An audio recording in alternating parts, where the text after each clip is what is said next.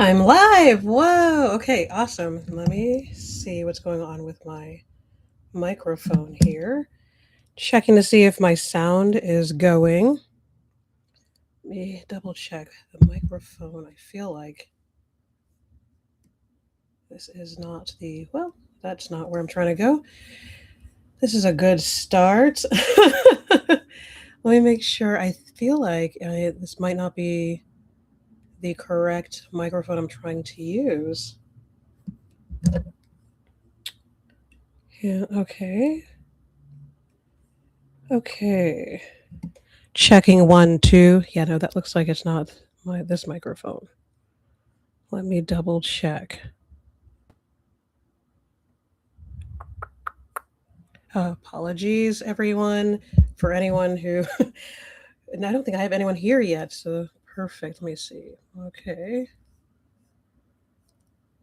See, I feel like the microphone. This is using a different microphone than the microphone I'm trying to use. Apologies for future folks who are watching this in the replay or anyone who might be swinging by now. Let's see. Switch account. Da, da, da. Yeah, I don't see. How do I double check? I can see I can mute it. I don't want to do that. And channel level settings, but that's not super helpful. Let me see. Do I need to stop this and start it again? I hope not. Customization, that's fine. Let me see. Many apologies. I'm concerned that this is going through either like my headphone mic or hello. Oh my gosh. Hello. First, hello. Renetta, I think it's Renetta Hicks. So sorry. Right now, I'm trying to figure out, like, I don't know if you can hear me and if the sound is okay, because I'm concerned that it's probably going through my computer instead of my little microphone here that I love so much. So apologies if it is in like all the sound in the room. Blessings just sounds great. Okay, so you can hear me for the most part. Let's see. Thank you so much, Renetta Hicks, 6717. Thank you so much. Welcome and welcome everyone. Hello. Oh, hello, Angela. Hello. Cynthia. I think Angela, I feel like you're the Angela that I already know, kind of, right? So, hello, Angela. Hello, Cynthia. Welcome, everyone. And if you all don't mind, I would love to know where you are watching from. Where are you watching from? I'm going to keep this mic here in case it is actually working, but it feels like, yeah, no, it looks like, okay, maybe, yeah, maybe it is actually working. I'm going to keep it here. If it gets too loud or too muffled or anything like that, please let me know. But Jacksonville, Florida. Cynthia, thank you from Jacksonville, Florida. I've been there. I've been to quite a few cities in Florida because I used to do like cruise ships and things like that. And so when I was doing cruise ships, so many of the cruise ship things are in Florida. So I was in Florida for quite a while and I've toured as well through Florida. So when I was doing all the different tours I've done. So yeah. And hello. Oh, welcome. Oh my goodness. Look at this. I did not expect to get more than like 3 people in this chat. Okay, so please understand that this is my first time doing this. I'm still even trying to figure out where am I looking. And I'm in a new situation, as you can tell if you watch my videos. This is not usually the background, so I'm trying to make sure the lighting is okay and the room doesn't look horrific and all those things. But welcome, welcome. Yeah, let me know where you're coming in from. So we have Jacksonville, Florida here. Maria Hedgepeth. Hello. Hello, Maria. Hello. I want to say Uineza. Charlene. Because see, I should be able to say that correctly because I'm Nigerian. But you can hear the American tongue. I struggle even with my own name. But Uineza, Charlene, hello. And of course, Angela from Fort Lauderdale. Yes, definitely. I want to say one of the cruise ships I did, we stayed in Fort. Oh no, it was a summer theater program where we were in Fort Lauderdale. Yeah, yeah, yeah, Fort Lauderdale, and I was there for a while, and I've been in Tampa for a while as well for another summer theater thing. Boston, yes, I know Boston quite well. One of my best friends is from Boston.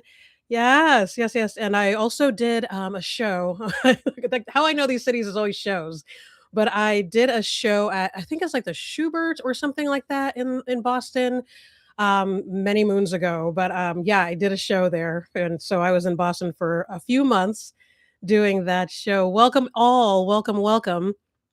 So yeah, feel free to let me know where you're coming in from.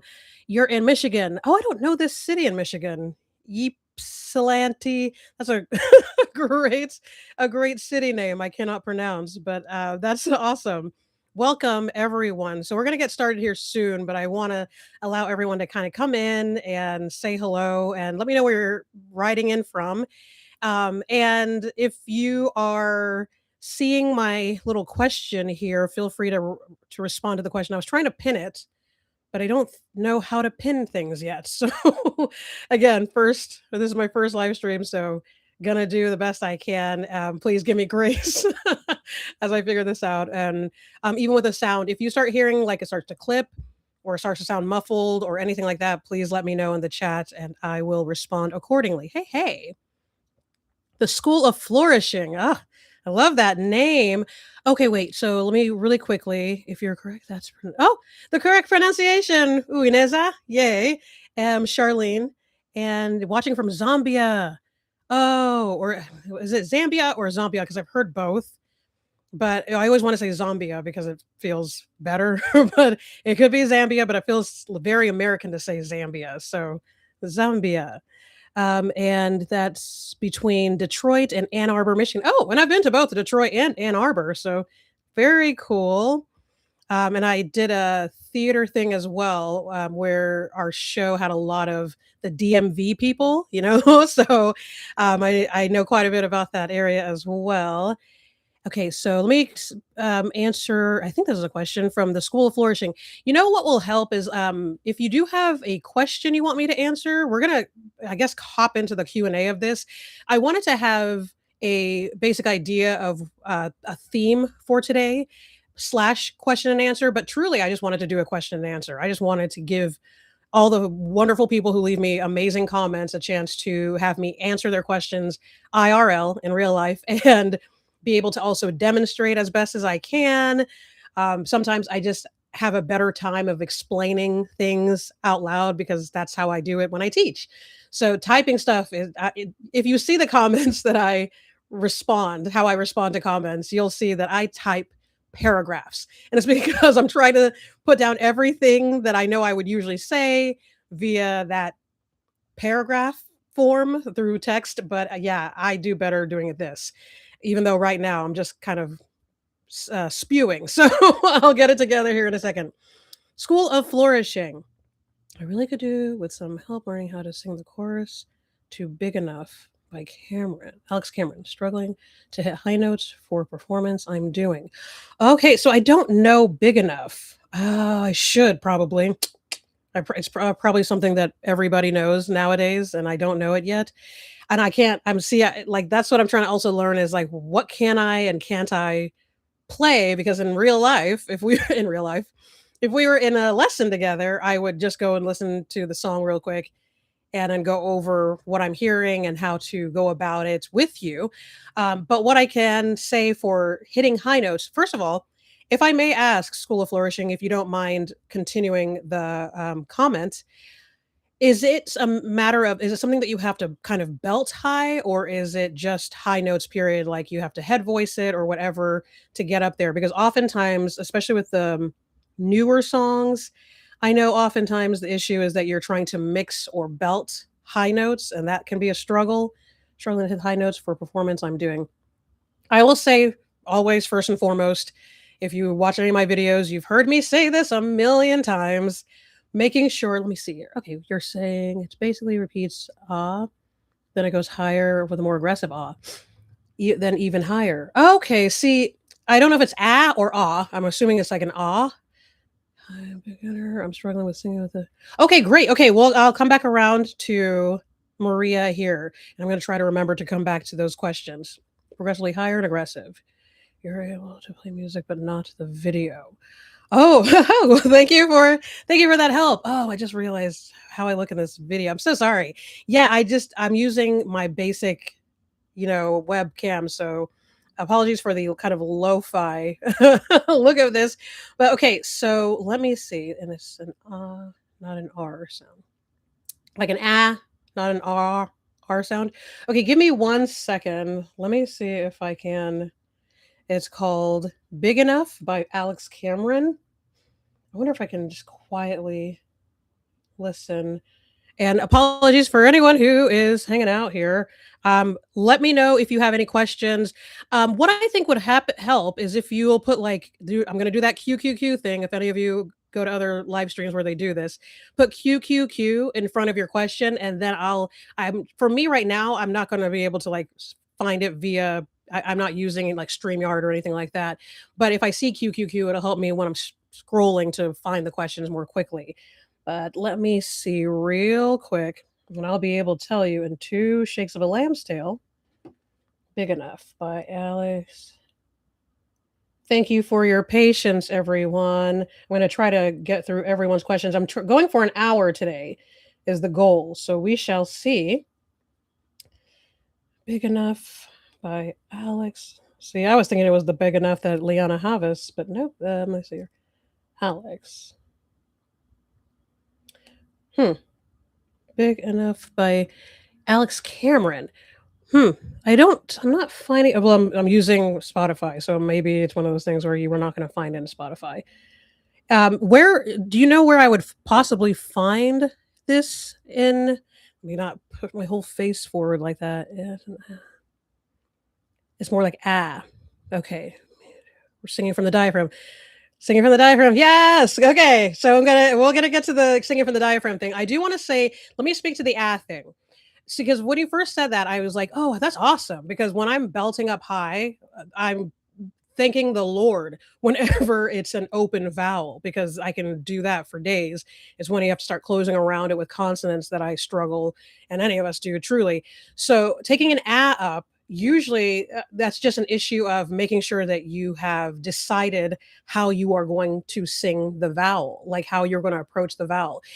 It's first and foremost, and I think I started to say this and stop myself. We want to first and foremost make sure we're warmed up to where we're going.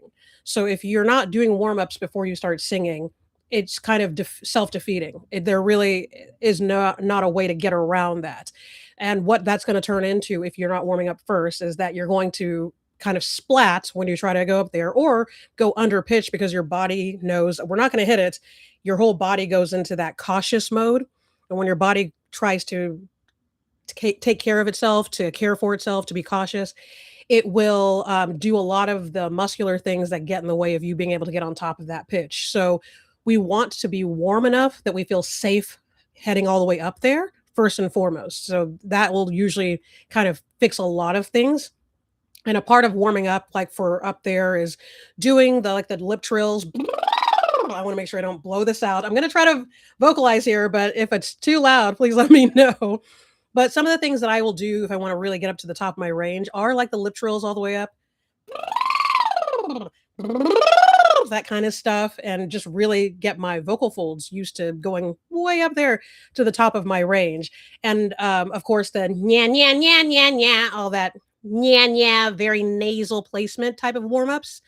Again, that allows me to get up to the top of my range very safely and remind my body that we have access to that nasal resonance to go up high. Because if you're trying to go up high and not have any nasal resonance, then you're going to also struggle with that. The throat muscles are going to come in to try to help out. Another reason the throat muscles come in to help out, and I'm going to do a whole video about this soon, is there's not enough breath energy. You're not getting enough breath. And so all these other muscles, these compensatory muscles that compensate for what your voice is not able to do with breath, they'll all come in to help out. So we want to make sure that we're taking a really good breath, that we're doing a really great warm up before we go into this, and that we're reminding our body that we can use the nasal resonance to be able to sing these notes. So I'm still looking up because I want to kind of be able to verbalize or actually sing what you're talking about. Where would I find the Alex song? I'm still going to talk to you all about Diaphragm. Do not worry, because trust me, give me a reason to talk about the diaphragm and that kind of and the breathing for singing. If you YouTube it, it starts around. Okay, so I'd have to apologies, my nasals. Oh my gosh, I just like did that with my nose on camera. How cool. Okay, if I look on YouTube and it's let me make sure that my YouTube is not doing stuff because I'm on both right now. I'm trying to do the mobile while not having it heard. Okay, so it is big enough. My Alex Cameron, right? That was what it was. Okay, give me one moment. I'm going to put this down for a second and see if I can. So you said 2:30. I keep showing me this Kieran Callanan version. Is this Kieran person who it is, or something else? Because I'm not seeing the Alex thing. You said Alex Cameron.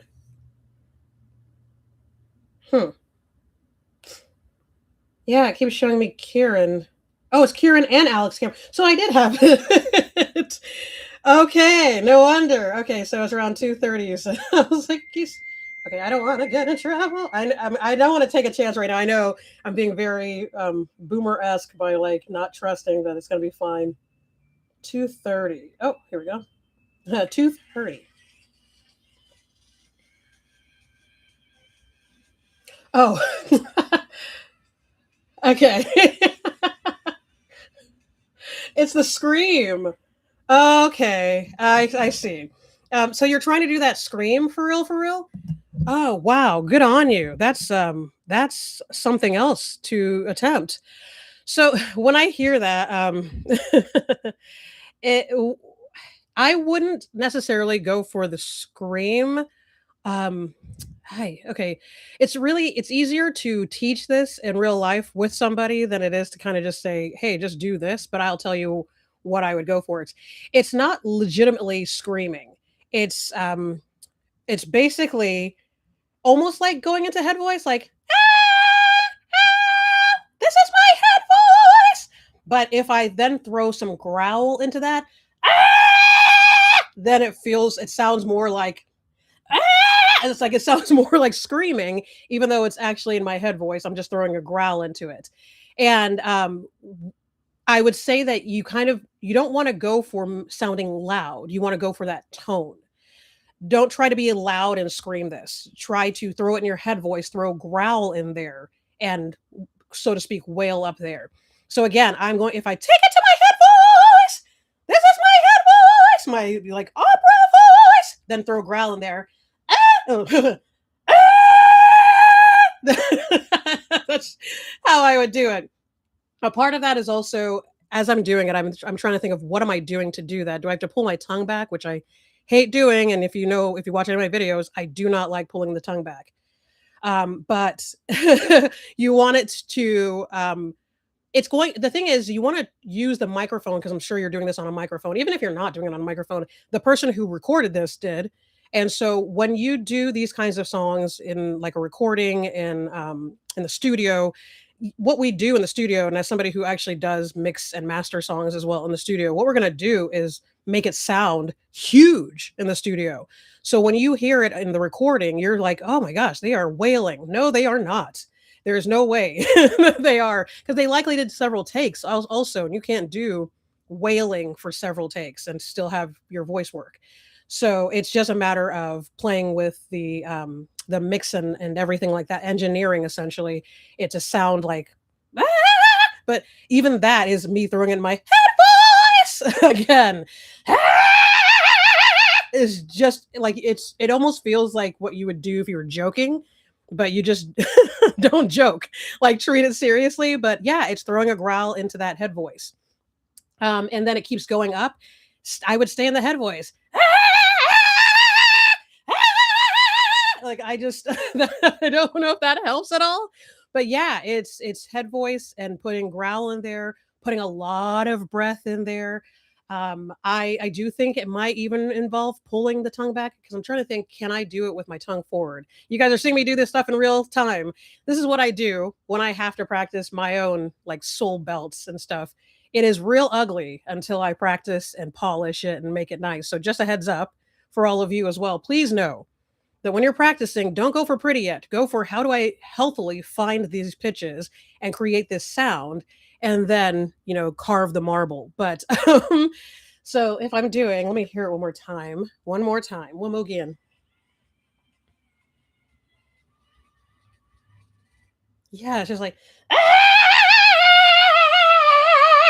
yeah, it just sounds like it's just doing that faux wail by throwing it in your head voice and putting vibrato and growl in it, and moving about with that.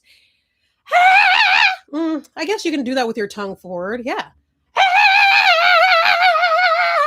And then on top of that, I would absolutely have my engineer put as much reverb on my voice as possible, which there's a ton of reverb on that thing. That thing does not sound good raw like I'm doing it right now. It only really sounds good when you get that reverb, like that hall reverb, HALL, like you're in a hall reverb. There's different kinds of FX that you can do with vocals to create a reverb, but this is one of those ones where I'm like, give me the hall reverb, make it really like resounding and full and round, despite the harshness of the actual raw quality.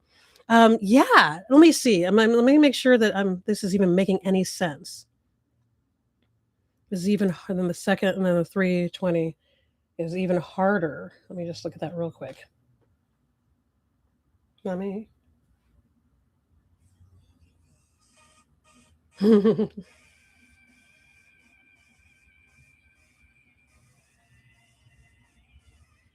Oh, okay. Yeah, see. This is something that you have to practice. Like you do have to practice and find where this sits in your voice. Like it's not something that you're just going to be able to do because now once I've heard it and once I've even tried to do it once, I got it. No. If I was wanting to cover that song and do that growl, I would have to practice it so much. And the practice, I would be mindful of the fact that there is a point where I will fatigue. Like doing that, even doing it healthily, you're going to get vocally tired quickly. So, and I'm pretty sure this person pop doesn't really do this like this over and over and over again live. I'm not going to assume that they don't. Maybe they go on tour and they do it like this every time live, but even live, I would have so like what we will say in the live world is make my mic as wet as possible. Like reverb the mess out of my mic again, because that means I can go,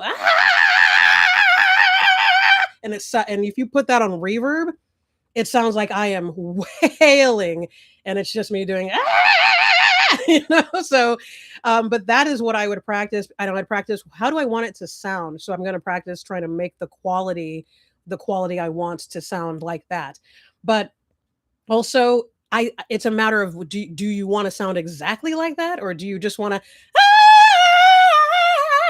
like do you just want to make it your own thing, throw it where you want to throw it, make the sound the quality that you enjoy singing, make it your own. That because I'm very much about if you're going to do a cover, unless you're doing karaoke, where yeah, that's where a lot of times you're aiming to try to sound like the artist. But when you're doing your own cover, I lean more towards make it your own. So knowing what sounds good in your voice and knowing what your strengths are, find a way to create that tone or that pitch or whatever, but for you. So yeah, just do your best to make it your own, but also make sure that you're using all the great technique. You're warming up, you're using the breath energy, you're doing it the fake version of that. Don't do what it sounds like. Don't do it like it sounds there, because oftentimes this is something I tell a lot of my musical theater students as well, because they'll hear the cast album of some Broadway show and try to sound like the person in the cast album. And I always say, go and listen for the live version of them, because the cast album is going to make you think that they are bionic. You need to go listen to the live version and see, do they still do that live? That's the version that's going to be more realistic to replicate. And again, still find it in your voice. I don't want to stay here for too long because I don't want to miss too many of these things, but I see like, yeah, that as something else. I hope that helps a little bit. Let me see here. Please can you how to sing without changing notes. Okay. Let me okay, so I'm gonna try to go back and see. Joey trying to do it for a bet I lost, and I've got to perform it in front of my oh no! The School of Flourishing. You're doing this as a lost bet. Oh no. But yeah, I would say practice basically what I'm trying to show you to do. And make sure that whatever mic you're on is kind to you. Like use that mic for everything you can. Yeah, me mess. Oh yay!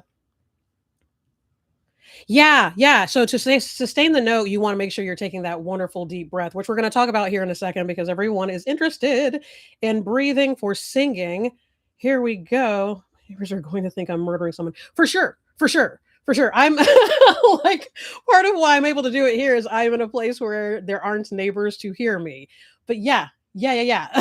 Like that's the other hard part. And I think if anyone saw or has watched my video on how to sing high notes and why they feel impossible or what have you, I think one of the last things I say in that video is one of the most important parts of really learning how to play with a higher part of your range is finding a safe place to practice because your body recognizes the fear that you have. And so it's going to respond whether you mean to or not. So if I'm in a place where I know people can hear me going, and I'm like, oh no, if people hear me, God forbid, my body is going to do the shrinking thing I was talking about. It's going to go into caution, and caution means that a lot of tension shows up. My breath gets shallow. My muscles around my throat are going to start tensing up, contracting, all sorts of things that your body's doing because it's like, people can hear me. And that makes it almost impossible to be able to sing healthily and especially in the higher part of your range. So even when it comes to practicing stuff like that, I would say find a place where you feel safe making noise, where you feel safe making ugly sounds. That was another thing for me even in college when I was doing my music major and starting to learn how to belt soulfully because I was an opera major for the majority of my for my freshman year. I was an opera major and then switched over to musical theater.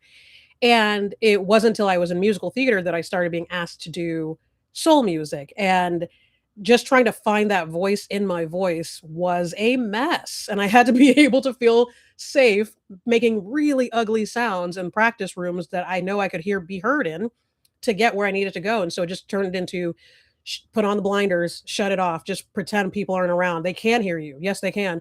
Moving right along though, I need to get this right. So so I would say first and foremost, see if you can find a safe place. And then as long as you're not becoming a disturbance or anything like that, or being disruptive in a way that you're going to get in trouble with a landlord or anything like that, then I think at that point you just have to ignore the fact that people can hear you. Moving right along. Thank you for that question, School of Flourishing. Yes, your neighbors are gonna think you're murdering someone. Okay. Next question was I think was the diaphragm one. Okay, so let me speak to singing from the diaphragm, and I usually like to demo this, but I also have a demo of this in the video that I have that's called "Don't Breathe from Your Diaphragm," I believe is what, or at least that's what the thumbnail says. And the reason I say that is it's partially a little bit of like, hey, like this is a little like something you never hear people say. But to some extent, yes, this is what I teach. I teach breathing from below the belly button. So it's not just diaphragmatic, although that is a part of it, because the breath for singing is low, low, low. And when I say low, I mean thinking like you're inhaling from below your belly button. And so that's where we get that little kind of belly that you would have when you take a deep breath in if you're doing it correctly. It's the diaphragm is a part of it, but a lot of times if we think of just the diaphragm is just at the bottom of your rib cage. And I'm going to try to I don't want to be inappropriate here, but the diaphragm, sorry people, is at the bottom of your rib cage. Let me see where the bottom, yeah, around here. And I'm saying from down here below your belly button is where you want to breathe from. So I hope that wasn't too inappropriate looking, but so the diaphragm is essentially the lower part of your rib cage. And as you are taking that breath in, if you think below the belly button, if you think below your waist, below your belly button for that breath, you will incorporate all the machinery, all the mechanics of breathing, because the breathing mechanism involves quite a few things, not just the diaphragm. A lot of times we say diaphragm because otherwise, singers, if they're new especially, or just human beings, period, we have really shallow breaths. We breathe from a very shallow place, keep our breaths very much in the chest. And so diaphragm at least takes you deeper. Like it helps you start taking the deeper breath you need for singing. The reason I say below that is that another part of the breathing mechanism is your abdominal wall. And I think a lot of times we don't lean into the whole abdominal wall thing because I don't want you, for instance, as a teacher, I don't want you thinking abs when you're breathing. That's not the point. But the point is the abs are involved. So to ignore them, as I'm saying, for you to take a deep breath, doesn't really do any good because we do want them involved. They are. They're going to be because that's how the breath works. And I learned this when I was a personal trainer. I was a personal trainer for like 6 or so years. And while doing the personal training thing, I learned a lot more anatomy than I ever had before when I was just a voice teacher with the pedagogy background. And learning more about the anatomy of the body, the physiology of the body, kinesiology, and all that stuff made me better understand how to utilize it for singing. And so when I understood how the breath works, like legitimately how the body does breath, and then realized how we were trying to do that in singing, it changed the way I taught it. And so once I understood that the breath mechanism involves the abdominal wall as well as the diaphragm and the back and the lungs, then that changed the way I approached it as a teacher. And so when I'm teaching my students, I say breathe from below your belly button. What that looks like, let me see if I can show you a little bit. Okay. Hopefully you can still hear me. So what that looks like when you have a viewfinder like this, it's actually perfect because it's going to be breathing from a place where you shouldn't be able to see it happening in this viewfinder because it's below my belly button. So if I'm taking a deep breath in, you might see that slight lift because I have décolletage, but you'll see that slight lift because my belly's going out, but it's just my belly going out. All of this stays still. And an exhale. And I'm going to inhale. And you see how you don't see shoulders lift. The shoulders stay relaxed. If anything, I always tell my students, like roll your shoulders down and back and just put them in that relaxed place. And then think of the rib cage just sitting upright, like you're just lifting up out of your waist. Because a lot of times we are very kind of lazy in our posture. And a part of that lazy posture is kind of sitting down into your stomach, sitting down into your waist. And that also makes it very difficult to engage the diaphragm if you're like letting your rib cage sit down into your waist. So if you think lifting up out of your waist, lifting the rib cage up out of your waist, but not sticking your chest out. It's not militaristic. It's not this. It is just a lifted posture. Shoulders stay down, rib cage stays lifted. From that position, then you take that deep breath. Now you have plenty of space to take that deep breath because your rib cage is not sitting down on your wall, on your abdominal wall or on your waist. And your shoulders are nice and down and back, so your rib cage can open up like it needs to open up to let your lungs fill up. So I'm think I'm going through this very fast, but I want to be able to hit all the things as quickly as possible. So feel free to rewatch this if I'm going too quickly. But so that inhale is going to be keeping this all still once we set ourselves, shoulders down, rib cage lifted. Take a deep breath into the belly button, and exhale from there. So once we put that wonderful posture together, and if you're sitting down, for instance, you want to make sure your feet are flat on the ground. You want to keep your legs and knees at about like a 90-degree angle, just like perfect posture, essentially. And if you're standing, even better. Standing is even better than sitting. Again, you want to keep your feet nice and flat. Like you shouldn't be like on your toes or on your heels or anything like that. But the shoulders are relaxed and down. Rib cage is nice and open, lifted. And we're taking that deep breath in. And exhale. And I'm making sure I'm being right as well. I don't want to say that and then you see me do this and it's like, oh, well, even she can't do it. But so we want to make sure everything is nice and relaxed. And this stays still, all of this up stays still as I inhale. And it stays still as I exhale. So the other thing that we want to make sure we're doing is not collapsing on the exhale. A lot of times, singers will actually do a really great inhale, but they're like, I still can't hold the breath long enough to do a long phrase, sing a long note, things like that, or sing big notes. And that'll happen because you're losing the breath too quickly. You'll do all this wonderful shoulders down, rib cage open, take this wonderful deep breath and then collapse as soon as you start exhaling. That collapse is why you lose everything so quickly. And it's why that great big breath is now suddenly not useful for this long phrase you're trying to sing. And so we want to start practicing. And this is not going to happen overnight just because you now understand what I'm saying. You have to practice this so that your body learns it because it takes a second for your body to understand. We will intellectually understand everything, like all of the things I'm saying right now. I'm sure many of you are hearing it and like, yep, I get it. Now your body has to get it. And your body takes way longer to get it. We have to actually get the muscle memory of it. And it takes a while for your body to get muscle memory. There's not really a shortcut to muscle memory. It's just like even building muscle. There's no shortcut to what the physiological necessity is of building the muscle. So same thing with learning how to breathe for singing. That's a practiced thing that you have to practice regularly, and you have to make a point to practice it regularly. You can't just say, well, I'll do it here and there. Like while I'm in the car, I'm going to take a deep breath. Like we want to make sure that we are taking time and intentionally, purposefully practicing this technique. And so part of what you want to practice is taking that wonderful inhale and then as you're exhaling, not collapsing on that exhale. One of the breathing exercises I do, and I do it in this video as well, the don't use your diaphragm video, breathing for singing video, I think is what it's called. But you're going to exhale on a hiss. So you take that wonderful deep breath in, and you can inhale through your nose to make it slower. You can inhale through your mouth, but if you're wanting to do a slow inhale, I always have my students do it through the nose so they can control it more. Over time, you'll learn how to do a slow inhale through your mouth, but at first it's really hard. Feel free to try, but I'll usually have them just inhale through the nose and fill up the belly. And then exhale on a hiss. And part of what you want to fight is as you're hissing to actually like deflate like a balloon essentially, because you're hearing that hiss, which when a balloon is deflating, that's what it does.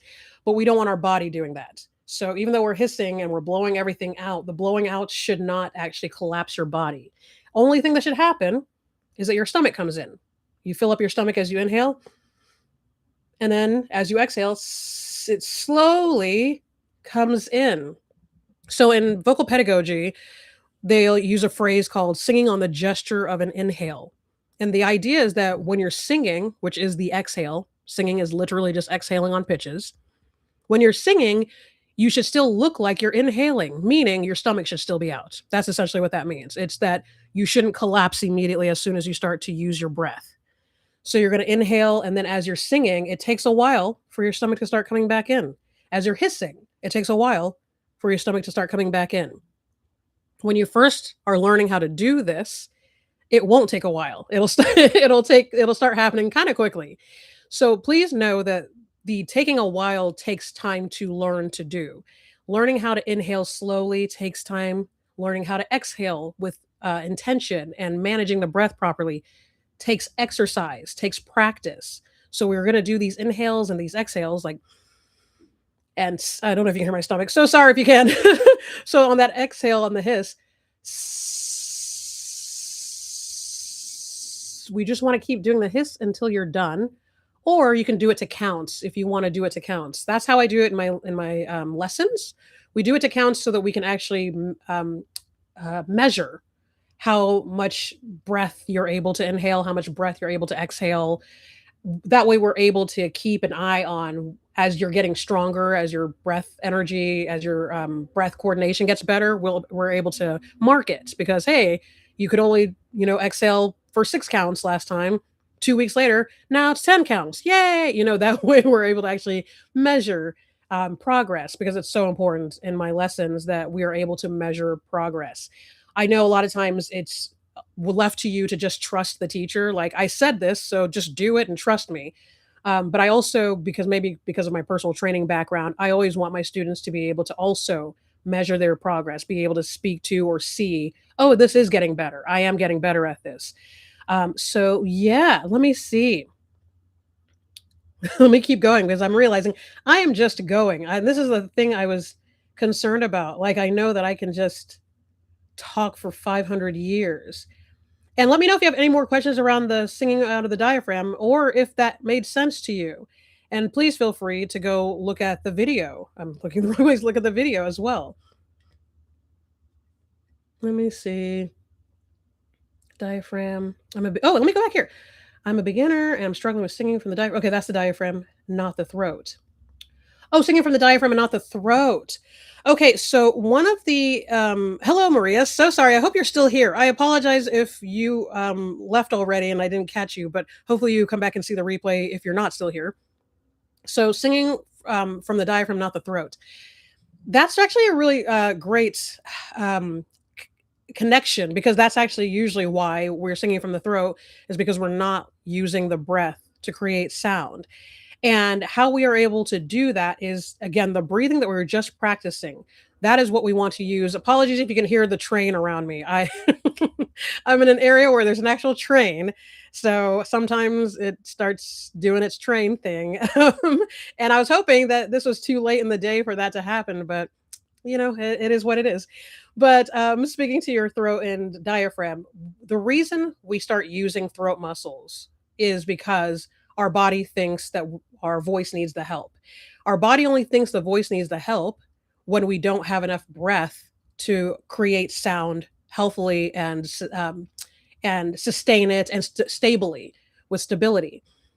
So we want to make sure that we are using the breath correctly so the body doesn't try to compensate where it brings like the throat muscles in to help out, like the strap muscles and all these other muscles around your larynx that are going to try to help you also produce sound.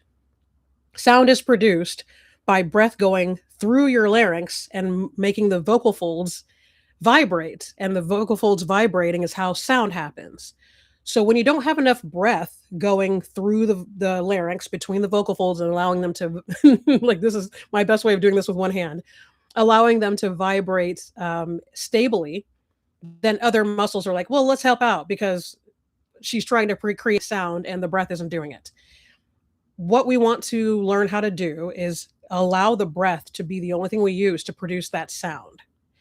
A part of that is learning how to create a healthy onset. The first sound you make usually dictates how your body decides to continue making sound. So if I'm about to sing a song and I'm like, oh, I don't know how this is going to come out, I don't know. Usually that's an issue of the onset, like knowing that we'll see how that first sound happens. And then your body is geared up to help out. It's already thinking, okay, the breath isn't going to be enough. So we're going to pull in all the muscles, all the things to help out. So how do we get to the point where we can trust our onset? You're going to hear me say this 100 million times, especially if you're in my studio. If you take lessons with me, we talk about this. It's practice. We practice it in my studio when we're at lessons, and I'm asking you to practice it on your own when you are doing your own practice, because I will also give my students exactly what they need to be practicing. I never just let you go out and like figure it out. Just do what we did today and figure it out. I will always give you very specific assignments essentially for your practice so that there is an expected growth and progress, but also because it's necessary. So we want to make sure that we are practicing taking the deep breath in, this wonderful diaphragmatic breath. And then as we are making sound, whether it's ah, or it's starting to speak about something, like if I'm taking a deep breath and then I'm going to give a sermon, or I'm going to start preaching, or I'm going to start giving a speech, I want to make sure that first sound I make is riding the air. So one of the things we'll do in my lessons to practice what the onset feels like or what the onset should be is using the hum to an open vowel. So we'll take a deep breath in, and it's always taking the perfect deep, the perfect deep breath. And I will shut it down every time that I see the start again, deep breath. Again, deep breath. Like I'll do that because I want your body to know we are not allowing any of that other stuff anymore. We're trying to break an old habit. So I can't even let you have it for 5 seconds. Like I can't let you have a moment of doing the bad stuff because we are trying to break it out. So it'd be like, trying to quit drinking, but you having I can have a sip of wine. No, no, no. You're not no. If you're trying we're trying to teach the body to not need this anymore. So we can't have even a little. So with the breath, I'll have you do your wonderful deep breath. And then you're going to hum. Let me just pick a note. And we'll go from that hum to ah or eh or e or some open vowel. So let's say to ah. Ah.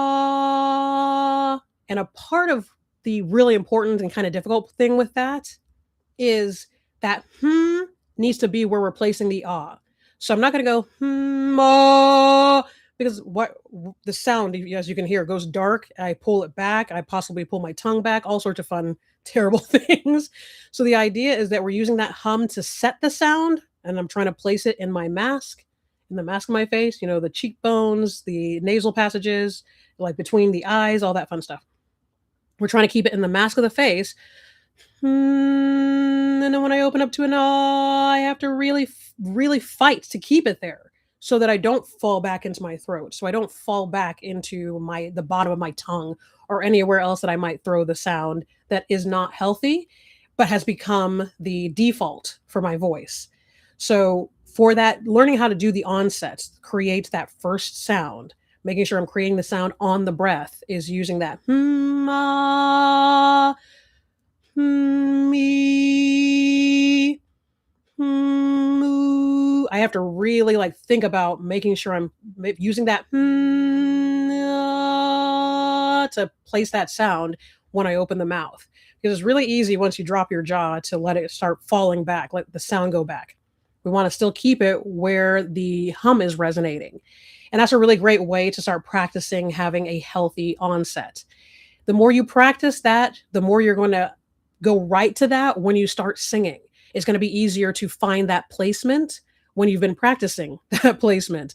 But to think that you can just hope it or wish it or pray it and it'll just show up, you have to actually practice it as well. So I hope that makes sense. So this is a good way of keeping it out of your throat, is really making sure that you're placing the sound in the mask of your face, first and foremost, because that's what the mask of your face is made to resonate sound. That is where we want to be placing sound, period, be it speaking or singing. So that's going to already keep it out of your throat because you're trying to place it here. But riding the breath is what's going to allow it to stay there, to be healthy, to allow your vocal folds to vibrate in a sustainable and stable way, and be able to sing as much as you want, as long as you want, without fatiguing quickly and all the other fun stuff that comes from unhealthy vocalizing. All right. So I hope that helps with the diaphragm and not the throat. Just using the breathing exercises that I have on that video, using what I've been putting here as well, and making sure that you are even utilizing that hum to an ah, hum to an eh, hum to an e. And when we're doing that, we're making sure the tongue is forward, not pulling back, not creating tension. So if I was doing all the vowels, I might go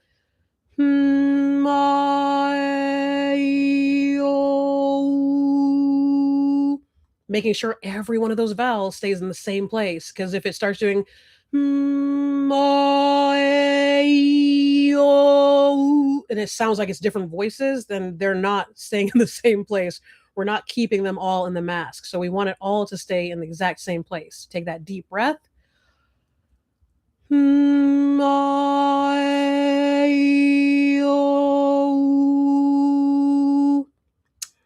let me see if there's more questions that I've been missing. Apologies for singing. I sing everything. Heads up. If you take lessons with me, you will discover that I sing everything, especially once I'm warm. Just progress. Okay. And singing from the diaphragm. Okay. And let me know if anyone has any more of those diaphragm questions. I'm going to be here for another, I'd say 10 to 15 minutes. Thank you, made so much sense. Yay! That's always an exciting thing. I tell you, people, I don't know if any of you have left me comments or have read any of the comment replies that I do, but it really means a lot to me when people, first of all, when people comment at all. I'm over the moon with the comments. I actually do get back to every comment. I try to at least. If I miss a comment, and if you've ever left me a comment and I never got back to you, please feel free to put it here right now while I'm here. But I try to get every single comment that I can find. I just recently discovered that I've possibly been missing some of the replies to my pinned comments in my videos. So trying to go back and find those and make sure I haven't missed any of those. But yeah, I was having to respond to stuff that was like 8 months old, and I'm like, oh no. So very excited. Okay. Let's see. How do you do lip trills? Aha, that's a good one. So many of my students struggle with that and or have struggled with that. And one of the things I'll also say with the lip trills is that you don't necessarily have to do lip trills. Like lip trills are an SOVT exercise, the semi-occluded vocal tract exercise. There are other semi-occluded vocal tract exercises you can do that are also incredibly helpful and essentially do the same thing that a lip trill does. The only thing for me in my specific experience with a lip trill is that it keeps me honest with my breath connection, with connecting the breath to the voice, because in order to trill properly, the breath has to be consistent. And so when my trill messes up, it's usually because I'm falling off the breath, which gets me right in order immediately. Like, oh no, I started relaxing and forgetting myself and using poor breath technique. So that's the only reason I will usually use the trill versus other SOVT exercises, is because it keeps me honest with the breath. But like doing the zzz is a really great one. It's one that I use especially with my students who are not comfortable with the trill, and the rolled R. And the reason I will do these other options with students who can't trill right now is that we will practice the trill and I will have them practice trilling on their own. But when we're warming up and doing exercises for class to get or for our lessons, that takes a lot of time to practice trilling. So I will do a little bit of giving them the heads up of here's how you practice this, and then do this on your own and get better at it, through the practice of it. But in our lessons, then we're going to move on to something that is more readily available to you so that we can keep it moving basically in the lessons. Because the other things that are more readily available are still really good and essentially still doing the same thing that the trill does. And if I want you to connect to the breath, I have a million other things I can do with you rather than the trill. I use it that way because it's easy for me to access that trill using the breath, and it does keep me honest. But if I needed to do something else, there's a million other things I could do to check in with the breath, like the humming to the open vowel type stuff where I'm having to really work to keep that sound in that place using that wonderful deep belly breath. The hissing exercise, another really great, making sure that I'm using the lower belly breath thing really well. But so with a trill, one of the things I have found that has been helpful for folks who can't trill is to soften your cheeks, because the trill requires loose lips, loose cheeks. To be able to do that, there's almost a pucker that happens. When you see I'm kind of puckered. Yeah, it's not the cutest thing. But so a lot of times I'll have students who, if they put their hands on their cheeks and pull the cheeks slightly forward, keep it loose, keep this all loose, but pull the cheeks slightly forward. It helps.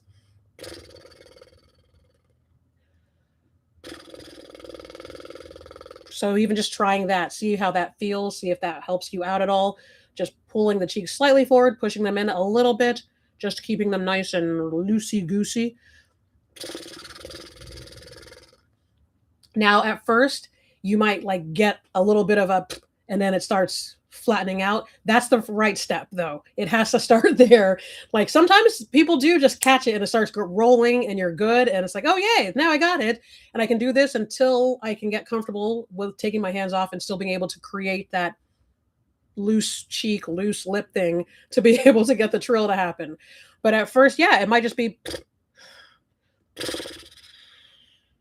and it's okay. If that happens, the most important thing is that the trill is even beginning to happen. If you're even getting a little bit of it, then that's the thing you want to keep practicing. It'll get easier. The hard part is that when you do that enough times, it gets frustrating at first, and that frustration can create tension that won't allow you to trill. So one of the things you have to do also is be really patient and graceful with yourself.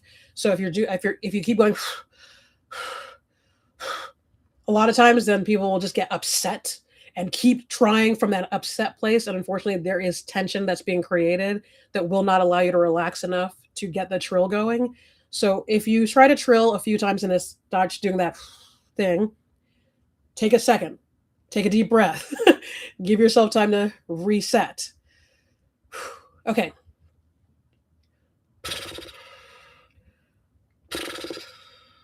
And even if that's all it is at first, that's fine. Let it just be that for the beginning. The point is that hopefully you're even beginning to catch the trill first.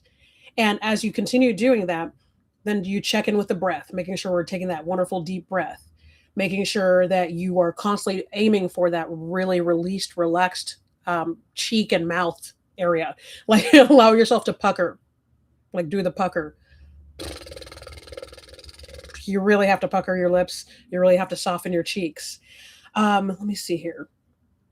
And I know some people also have trouble with the rolled R. Again, my students who struggle with both the trill, the lip trill, and the rolled R, we use the Z. So, for instance, what we would do where the trill might be, or with a rolled R, what I would do with my students who can't do either of those right now is zzz.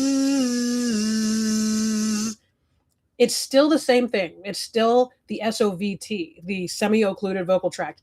It's that your voice is having to work and your breath has to work through some sort of resistance to produce the sound, to create the sound. So with the trill, it's our lips getting in the way, our lips doing all that thing. With the rolled R, it's your tongue getting in the way. And with the zzz, it's a little bit of also that, your tongue as well. And we're making sure that we're not allowing our mouth to fully open and exhale as you're singing. So the idea for singing would be no hindrance. There's no resistance for your breath. The reason we use the zzz or is to create that resistance that your body has to work against to produce the sound, to allow the breath to energize the sound. Because we want to use a lot of breath energy to sing healthily, and the breath energy it takes to work past the resistance of the r or brr or z is the breath energy we use for singing. So when you start singing and you don't have that resistance happening, that wonderful breath that you're used to taking to do the SOVT exercise now feels almost too easy, because like now without the resistance, you take that wonderful deep breath and it's going right into your voice. And now it's like, oh, that's way easier than zzz. But if you're using the same kind of breath energy you use to zzz, it makes singing easy, if that makes sense. So this is why I can kind of substitute if the trill isn't working out, or if the rolled R isn't working out, I'll go with a zzz. And then the other SOVT exercise a lot of people do is blowing bubbles into a straw into water. So you can blow the bubbles through the straw, or blow the sound through the straw, and it creates bubbles in the water. Much like the trill, much like the when I see the water bubbles doing this inconsistent bubble thing, that tells me also, uh-oh, my breath is not consistent. Start consistizing, start managing the breath, get the breath consistent. And then we want to see that very consistent rolled boil when you're blowing into the water if you're doing the straw exercise. So the straw exercise, lip trills, rolled R's, zzz, all SOVT exercises that essentially do the same thing. They force a breath and vocal fold coordination that allows you to produce sound in a healthy and energized way. Hope that makes sense. And then let's see, lip trills, can't do the rolled R. Okay. I also struggle with Hello, Maria, again. Thank you so much for your questions. Angela, thank you so much for that question. I hope that helps in any way, shape, or form. I will always go back to the fact that taking voice lessons is helps so much more than the tips. I'm actually about to do a video about that as well because I love doing videos. Clearly, I love doing these vocal tips and singing tips videos. But there's just nothing like having a teacher hear you and work with your particular issues, your particular isms, and catch every single one of them and help you overcome those. A lot of times we don't even know the things that we are doing unknowingly, innately. So we'll think, for instance, with the tongue, it feels like my tongue is flat, and then I'll see you and say, "Oh, no, you're pulling it slightly. Every time you inhale, it goes back slightly." How would you even begin to know that without like watching yourself in a mirror all the time? So, and this is also why I always say practice in a mirror so that you can actually keep yourself honest. But there's a lot of little things we do that we don't recognize we do, and that's why they become the thing we do. And having a teacher who can catch it and fix it is always going to be far better than trying to just trust yourself to feel it. But feeling is far better than listening. Like, I always want you to pay attention to how it feels, the sensation of correct singing versus the sound of correct singing, because we can trick ourselves. But I'm not going to go down that road right now because we're coming up on already over an hour. Just a minute over, though. So I think I'm going to go about 15 more minutes. Yeah, 15 more minutes. So I also struggle with belting. There are some days where I am able to belt and project my voice when I sing, but then many days I feel that I can't belt, like can't get louder. Okay. So and also that and this is where I'm careful with belting. Like, I haven't done a video on belting yet because it can it can go left so easily. I prefer teaching belting in real life where I can actually hear you and fix things in real life and make sure that we're healthy, that we're doing everything safely, because belting can get real unsafe really quickly. Um, but I'm a beltress myself, so I love belting and I'm constantly hired to belt. And I love teaching it because I always want my students to belt healthily. So I'm going to speak to this a bit, but I do want to give the little caveat of it's so much better to do belting with a teacher, specifically a teacher who knows how to teach belting. But what I aim for with belting, first and foremost, because what I've learned over time with myself and all my students, I've been doing this for almost 2 decades. And what I've discovered is that a lot of times we really do not want to use the nasal resonance because we're afraid of sounding nasal. There's a difference between being nasal and like full on nasality and using nasal resonance. So let me see if I can even give you an example here. So, and because this is how you're able to belt safely, you have to use nasal resonance to belt safely. And so, what I'll do is, for instance, one of the exercises I do for belting is the nya nya nya.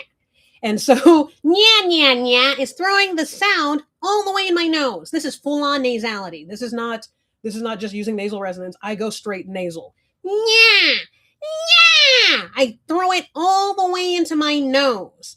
So let's say I'm doing Twinkle Twinkle. Is it Twinkle Twinkle? Yeah. So twinkle twinkle little star. Nya nya nya nya nya nya nya. Throwing it all the way in my nose. One of the hardest things I find with my students is they don't really give in to going fully into their nose. So we'll do that and they'll be like, yeah. I'll say, I'll do that. I'll do nya, nya, nya. And they'll give me nya, nya, nya. And to them, that feels nasal because it is the most nasal thing they've ever done, but it's still not nasal. It's still not fully using your nasal resonance, staying in your nose. This is how I practice even to do belting. If I want to figure out, can I hit this note? How am I going to hit this note? I am going to na nya nya into it. I'm trying to think of what would be a good I didn't plan it. Oh no, Aretha. Let me think of like I did not plan on singing full out here for this, so give me a second here. But you better think that song. Think Aretha Franklin. That was one I had to nya nya to find it. So the song is you better think about what you're trying to do to me. Hey, think.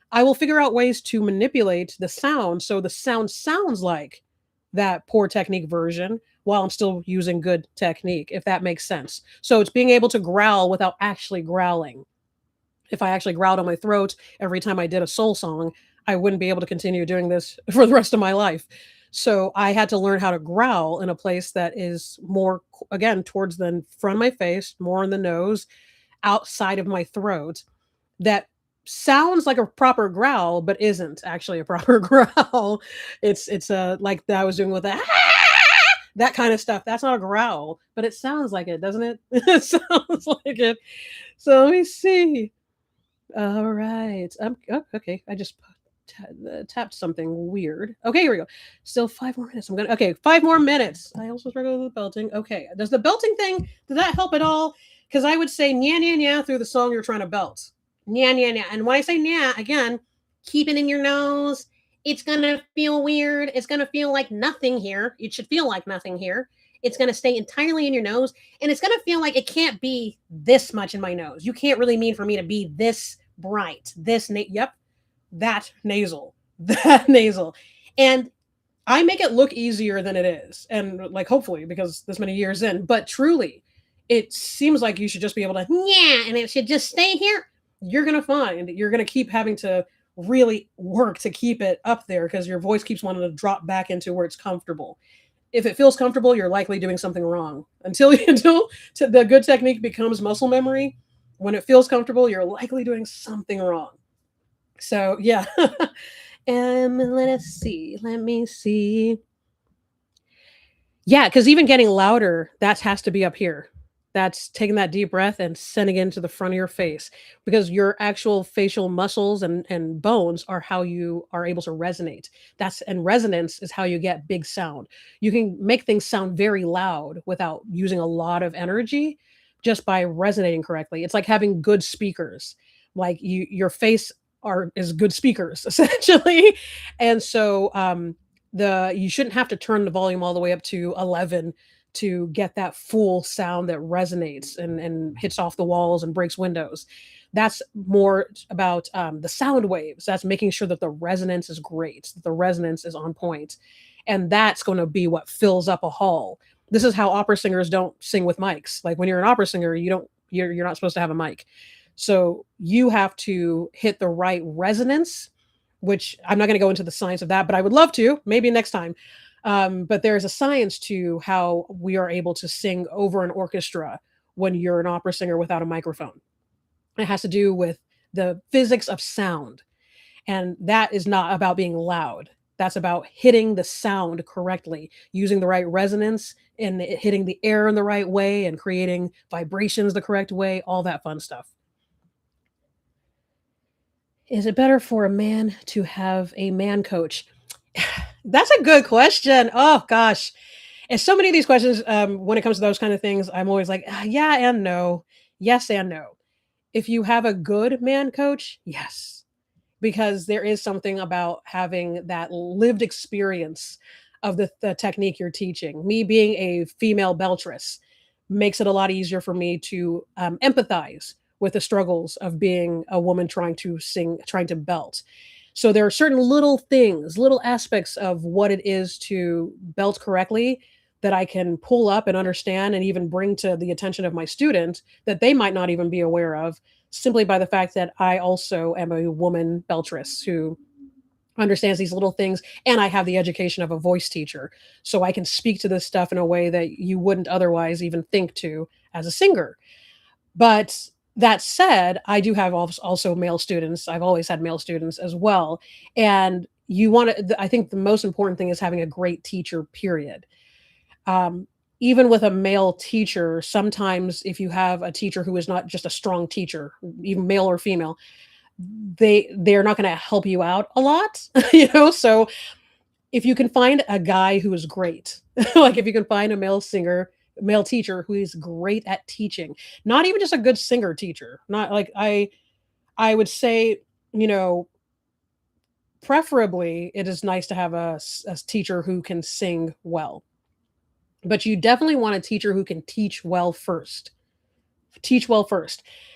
In my humble opinion, I want a teacher who can sing and teach. Like that's I don't like the idea that those who can't do teach because I've had teachers like that, and there's a chip on their shoulders oftentimes. Like they're not teaching because they're happy about it. They're teaching because it didn't work out for them as a performer, and that doesn't make for the most joyful teacher.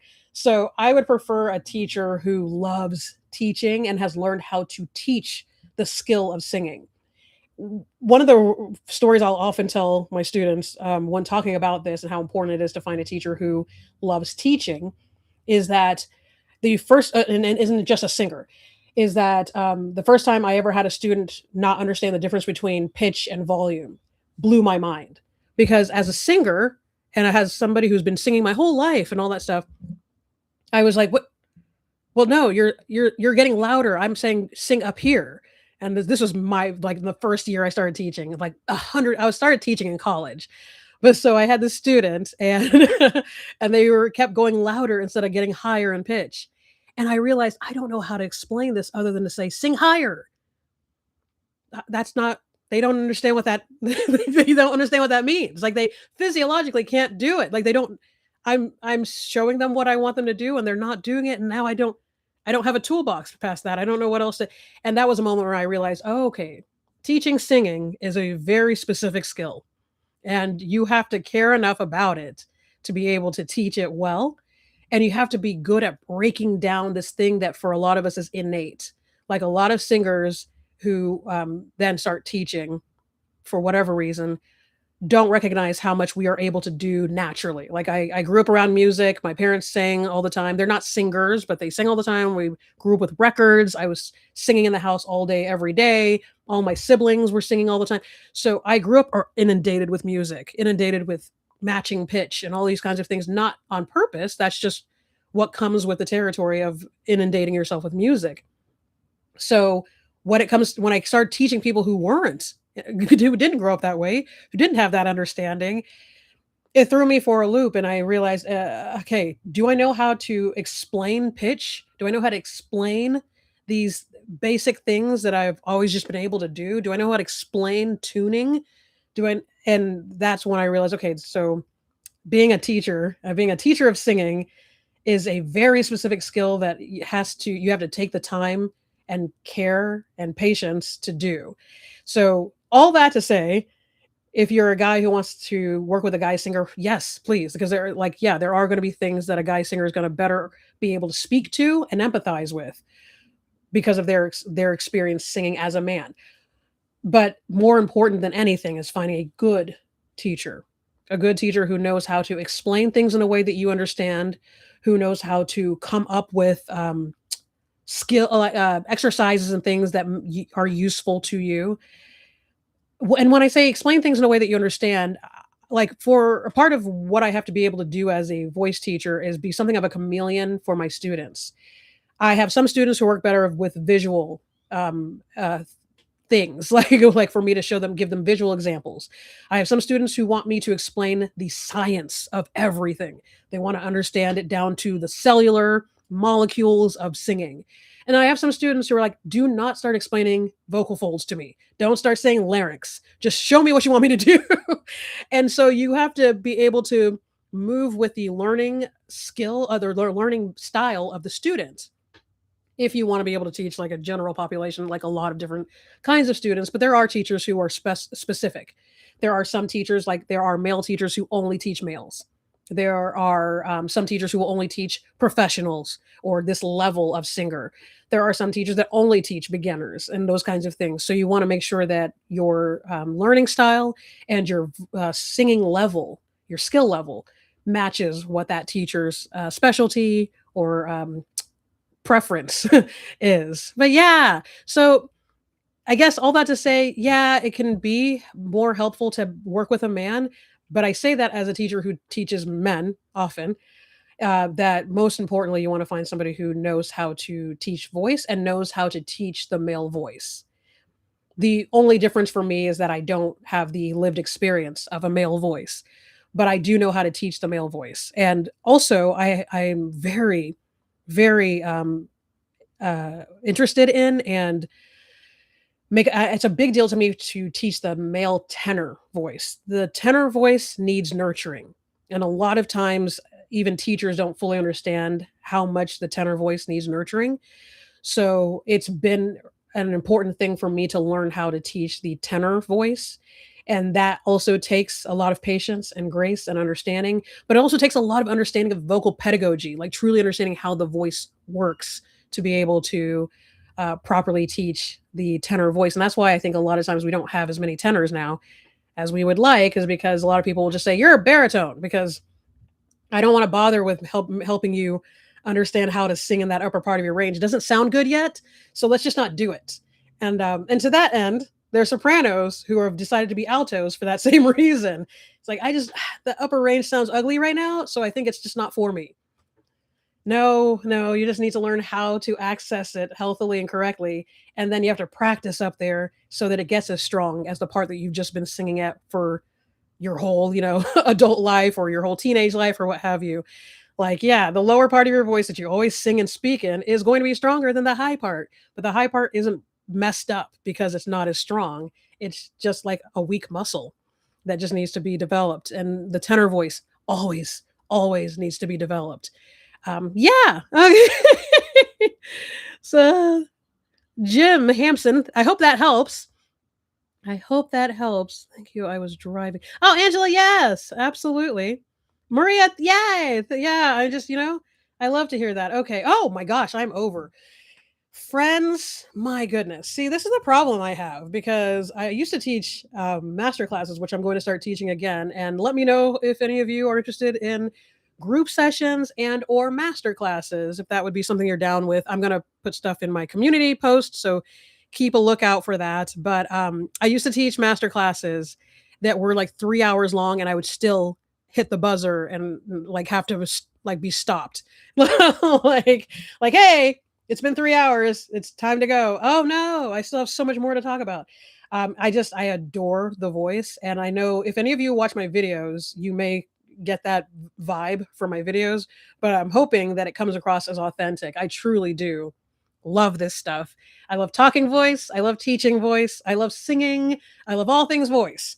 And it truly is a blessing to get to do this. Like, it truly is. Like, I am a woman of faith, and I came back to doing YouTube because of being led basically back to YouTube. And it's just like not an accident that I'm having the experience I'm having now and having the people showing up to want to take lessons who are coming up into my studio these days. And it's just really exciting. It's really exciting. And I love doing it. And I'm hoping that in my videos, this joy, bubbliness, or what have you, the enthusiasm comes across as authentic, but it is the truth. I really do really love this stuff. Let me see here. Thanks for that answer. It is very great answer, and I appreciate it. Jim, I'm happy to help. Like, I truly am. And when any of you see that in my comments, when I answer with the question, with the answer, happy to help, glad I could help, my pleasure. It truly is. It truly is my pleasure. I truly am happy to help. I really want singing to become accessible to any and everybody who wants to do it. And I do recognize that a lot of times there are like social kind of things that have made singing seem like something for a specific elite group of people. Sometimes just the gift of it makes it feel like it's something that you have to be gifted to be able to do. And there is a science to it. There's a science to it. There are skills to it. So no, everyone, in my humble opinion, can learn how to sing. Even when it comes to having like the outside of literally having physiological like vocal defects and those kinds of things where it literally won't allow your vocal folds to create sound, like if you're dealing with that, obviously. But aside from that, I truly believe that anybody can learn how to sing. You just need to find a teacher who can work with or work around or manage whatever your structural issues, your issues are. I thankfully am the kind of teacher who has a lot of patience to grow a voice. And so I've never found a voice I couldn't do something with, even when it's somebody who is coming from an injury, coming from some sort of dysfunction or what have you. I myself have been a voice that was dysfunctional. I don't know if any of you have seen my video where it says trauma. Like I think the thumbnails just reads trauma, but I've been through vocal trauma. I've had vocal surgery on my vocal folds, on my larynx. They took a laser to my larynx because of some nonsense I got into. But that's a whole story for another day. Oh gosh, sorry. That's a whole story for another day. Just choking on my joy. But feel free to watch that video if you would like. Of the vocal trauma and my experience with that. It's a whole story time slash also tips on how to overcome vocal trauma. But maybe because of that, I especially love helping voices that have been told there's no hope for you. A lot of times I've had students who told me that people told them that they were tone deaf. And so they left singing because they were told they were tone deaf.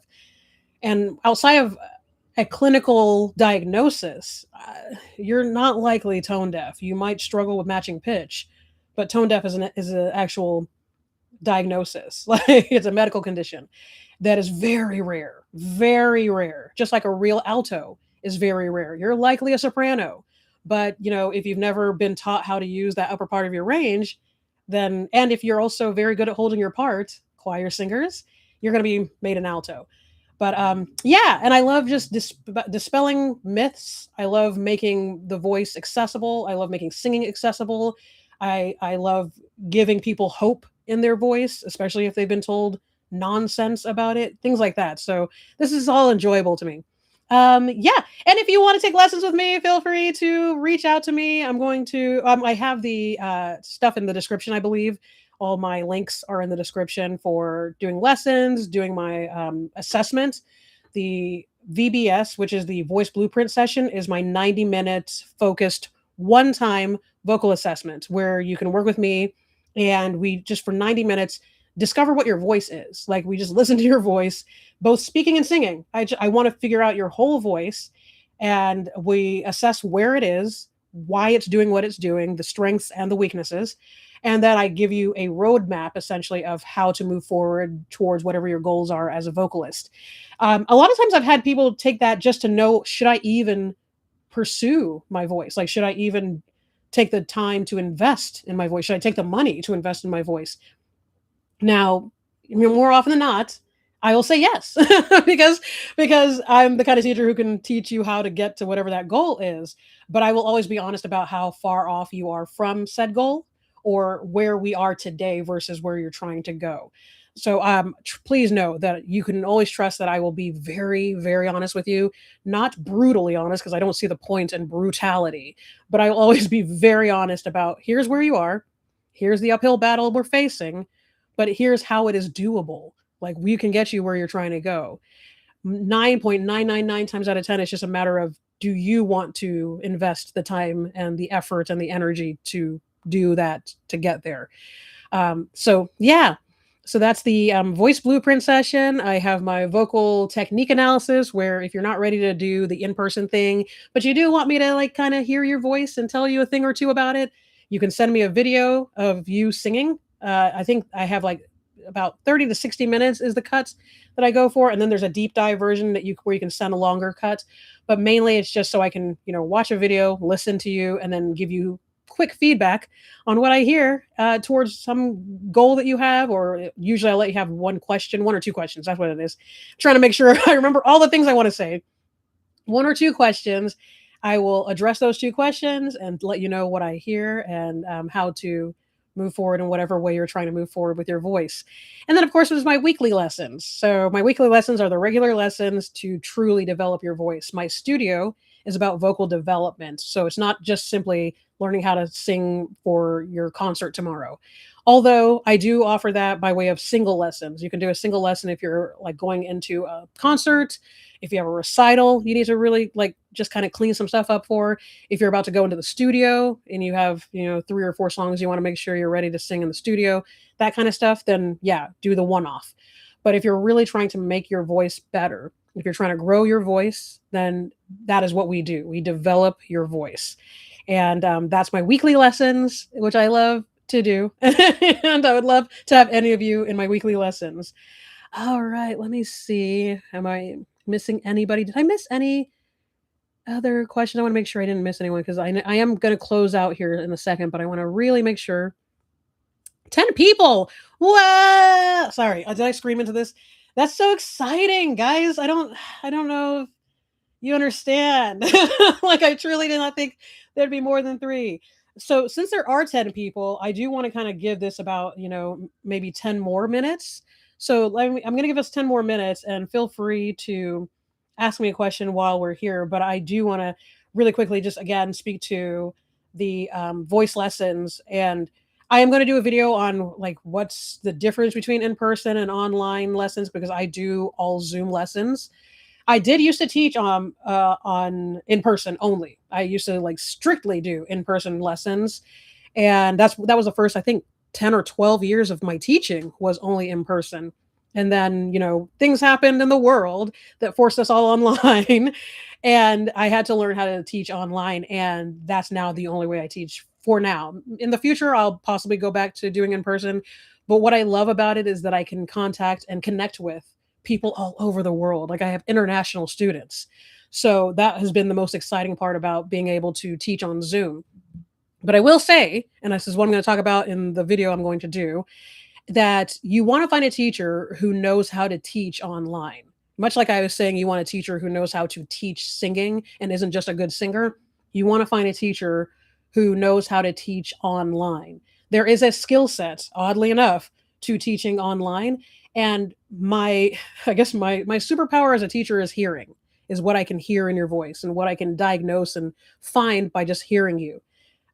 So I needed to make sure that if I was going to teach online, I need to be able to hear my students well enough to be able to really break down what I need to break down and be able to assess things properly.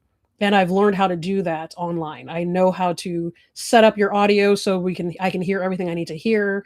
I know what to listen for. I better understand now than ever when there are weird feedback things and who knows what technological isms that happen. I have been doing this now for so many years. Wow, yeah. Yeah, I've been teaching online now for 6 years. Wowzers. But yeah, so it's now in the pocket. So if you're going to work with a teacher who teaches online, you want to make sure that you're working with a teacher who knows how to be effective online. And I'd like to say that I am. So feel free to reach out to me if you're interested in taking lessons, no matter where in the world you are, literally, as long as you have a Wi-Fi connection, a stable Wi-Fi connection, very specifically. And yeah, I think that's about it. Stable Wi-Fi connection. Thank you for this Q&A. I love how in-depth you explain everything, actually. Oh, thank you for like saying that. I appreciate that. And I love to do this. That's my one thing that I work on a lot, is trying to be more and more concise. As you can tell, I'm a talker, and especially about a subject that I have a lot of knowledge on and an enthusiasm about, but also because I've been teaching for, almost 20 years. And so I've had every kind of student. And so when you're used to working with every kind of student, you kind of teach general population, like I'm trying to hit every kind of student. And I think that's why you might hear me repeat things a lot. You might hear me use 1,000 examples for one skill, because I'm wanting to make sure that however many of you who are watching this video or who are listening are getting a version that makes sense to you. I have to be better than that, though. I'm better about that, because that does get kind of lengthy and it does become quite repetitive for a lot of people. But that said, I do love being able to speak to a whole swath of different kinds of people with different styles of learning, in different positions of like levels of singing. And so kind of being able to speak to everyone in their language, so to speak, means people who were heard me in the first language are just having to be patient with the other languages as I speak that to those people, if that makes sense. But so that's why you might notice that I go quite in depth, and I speak a lot, and I use a lot of examples and things like that. But I do want to be more concise. I do want to be able to figure out ways of saying these things even faster and cleaner, and not holding everybody for an hour and a half now. But yes, and so I'm so glad though that the in-depth explanations help. I also noticed that I'll watch other singing videos and things like that, and sometimes I even will be like, "But can you go deeper with explaining that?" And so I know that if I'm having that kind of struggle, then there are probably students who are out there who are also like, wait, how do you like, can you go deeper into how? So that's why I do try to go deeper into how. I was told that a man was best for me, so I signed up for some lessons with him. First lesson is this coming week. But if I don't feel connection, I will work with one for the lesson. Okay. Okay. Yeah. Yeah. Like, and that's another really good point that you made is like, making sure that you feel a connection. And I don't want to make it too woo woo, but legitimately, like it's like dealing with like a therapist or anybody else where you're doing one on one.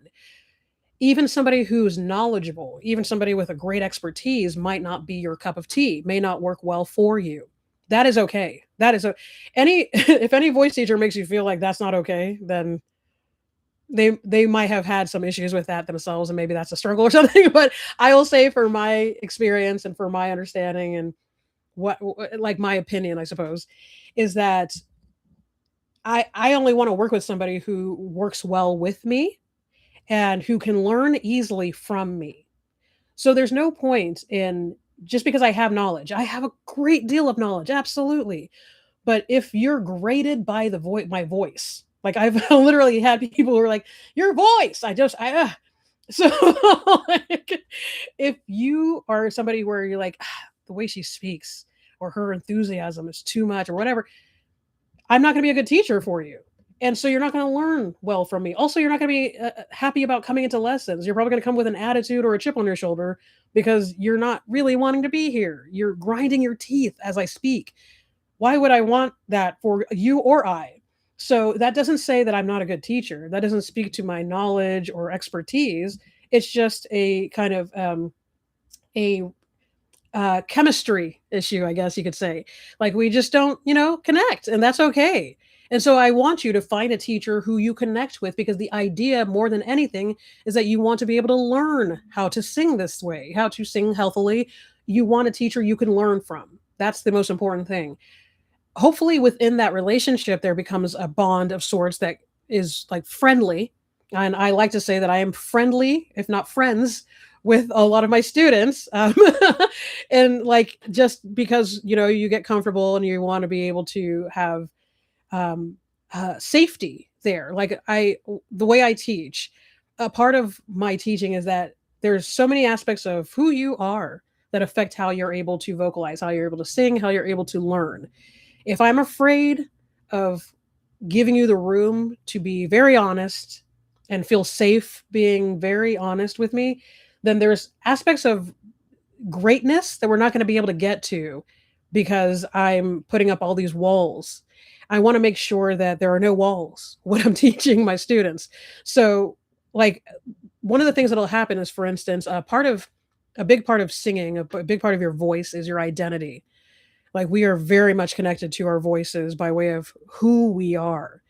And as a teacher, if I'm not aware of that, then I might speak crazy to you about your voice and not realize I'm possibly traumatizing this person because I'm talking about their voice in this way, not recognizing that the voice is so deeply connected to who they are. So I'll have a student who's had a teacher who said their voice is terrible or they're tone deaf. What they don't know how to articulate is that made them feel like they were wrong as a person. Like you feel bad as a person when someone says your voice is terrible. That's a big deal. Like that's a big deal. And so I want to make sure that I'm aware of that I don't speak recklessly and don't handle my students recklessly when it comes to the voice. The voice is a big part of how we connect to ourselves. It's how we connect to other people. I remember when I went through my vocal trauma, I couldn't speak for weeks because a part of the situation that I was in, I was told to go on strict vocal rest, could not let my vocal folds vibrate, meaning no sound. And I remember I was in a hotel actually in Weston, Florida, for the Florida folks. I was in Weston, Florida for months and couldn't speak. So I'd have to write all the time. And whenever the people at the hotel were communicating with me, they had to wait for me to write stuff and then respond that way.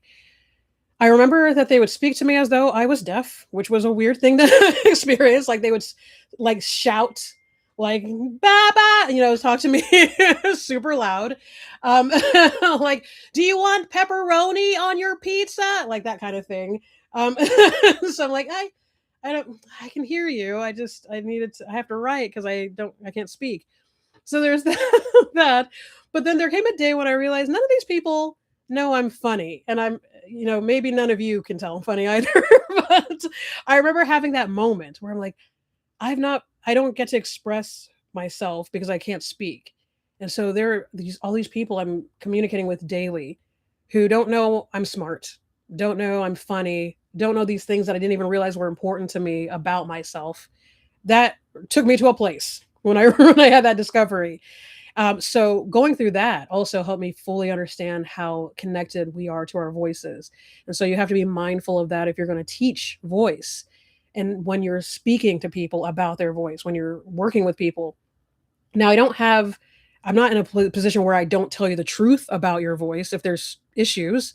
I've had a student who had to stop taking lessons with me because I heard in her voice, I could hear damage. Like I was just like, I hear what sounds to me like nodules, and nodules are a huge deal. You do not sing on nodules. Like you have to get that taken care of. So and it doesn't mean that you have to get surgery. There's therapy that you can do, but you have to address it immediately. And so when I heard that in her speaking voice, not even her singing, and then when she sang, I was like, yep, nope, that's nodules.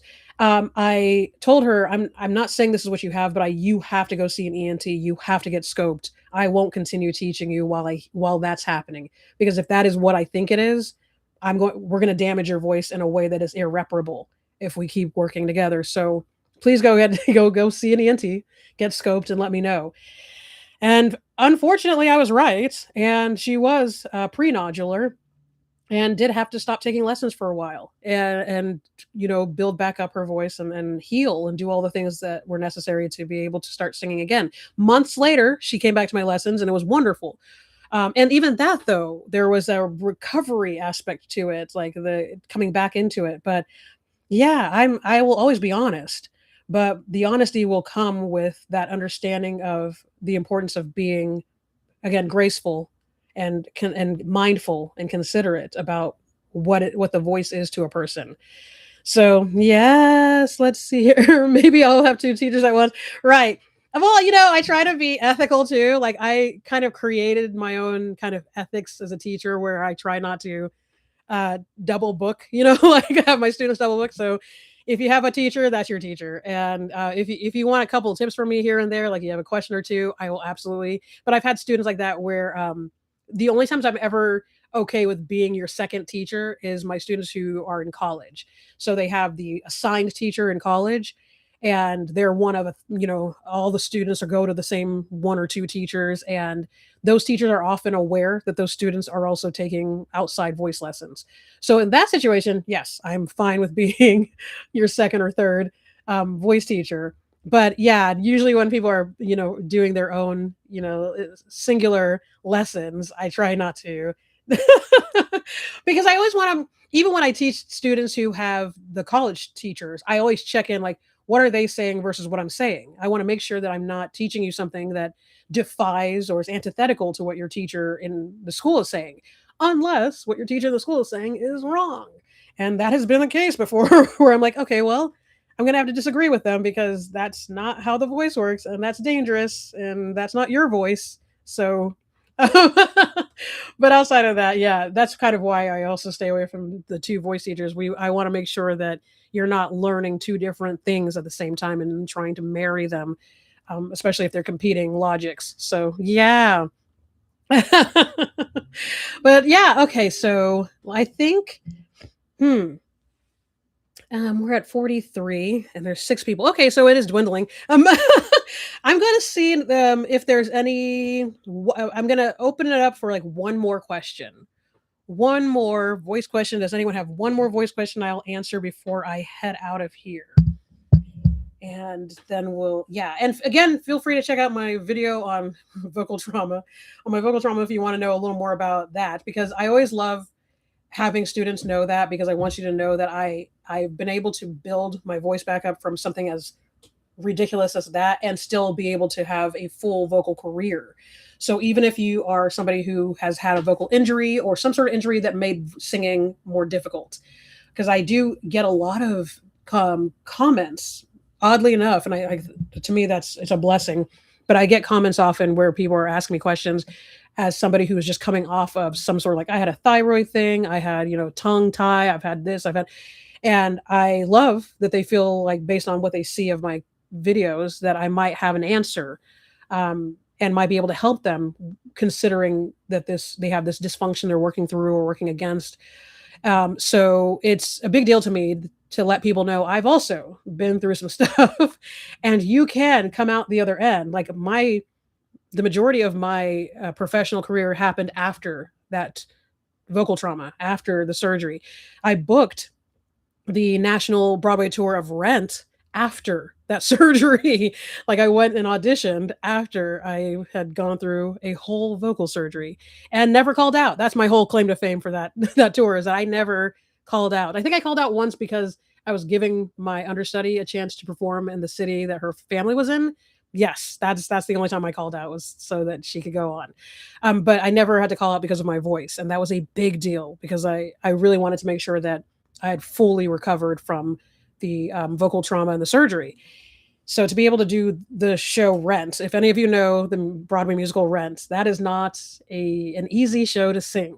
So it was a big deal to me to be able to sing that show after everything that I went through with my voice. So yeah, yeah, 2 teachers would be a difficult task. Yeah, it would be tough to manage, and unless they're literally saying the exact same thing, and you have a lot of, disposable income for for paying for that many, lessons, but sometimes I think for some that's a worthwhile investment, especially if you're really trying to, like, see what can my voice truly do. And I will say that some of the vocal blueprint sessions, clients I've had, that was it. It was like, I just want to know what can my voice truly do. And and of course in that lesson, because it's just a 90-minute one-time session, it's not going and we're not going to like actually develop all the things that your voice can do. But what I will tell you is what the potential is. And I think a lot of people don't even know what their potential is. Understandably, why would you?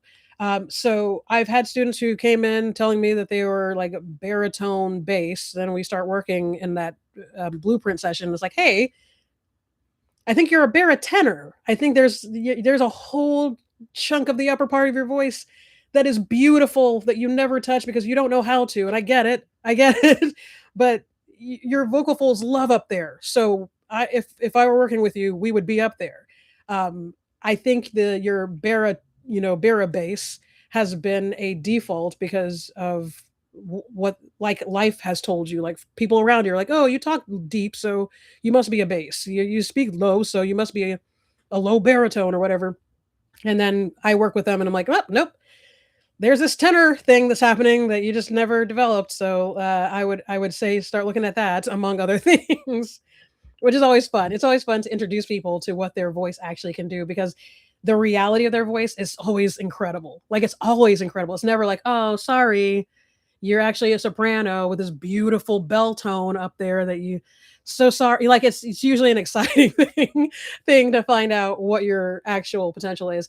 And what I love to do is also discover, like help people discover their range, which happens in our regular lessons. That won't happen in one session, but you will find out the reality of your range. And I will say 9 times out of 10, in the 18 plus years I've been teaching, people don't know the reality of their range.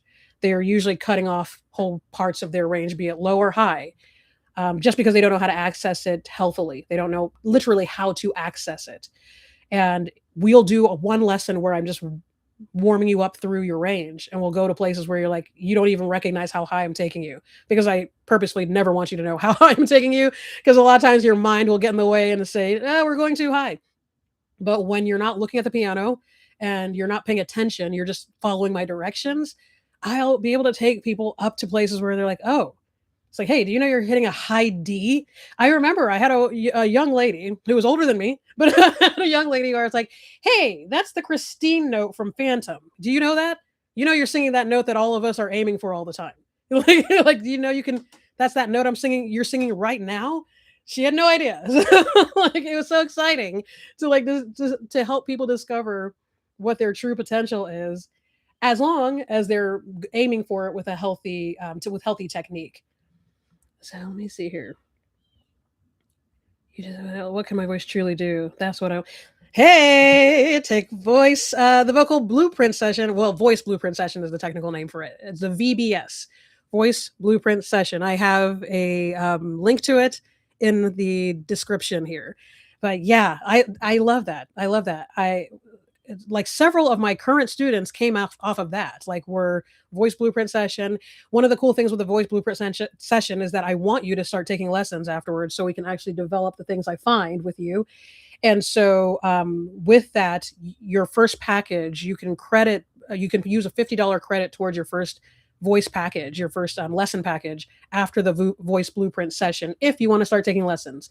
No pressure to do so. You do not have to take lessons after doing the 90-minute assessment.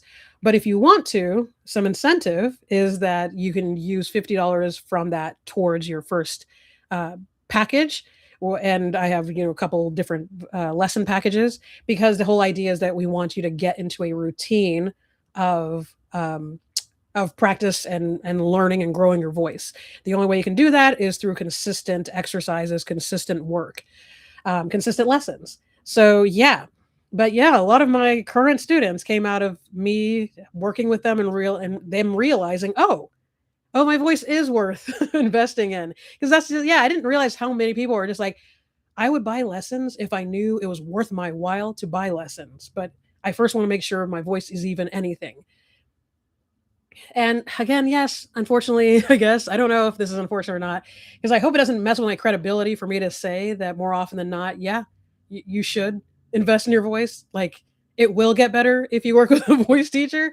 But it depends also on what your goals are. Like if you're like, I just want to make sure I can, like, it's okay for me to, like, I'm okay singing in the shower, then you might not want to invest in lessons, but you might want to just kind of see where you are, like as a shower singer. So you might do the voice blueprint session and just get a idea of, oh, okay, when I'm singing in the shower, I should probably sing, Smokey Robinson songs, because apparently I have this high tenor voice I didn't know about, or something like that.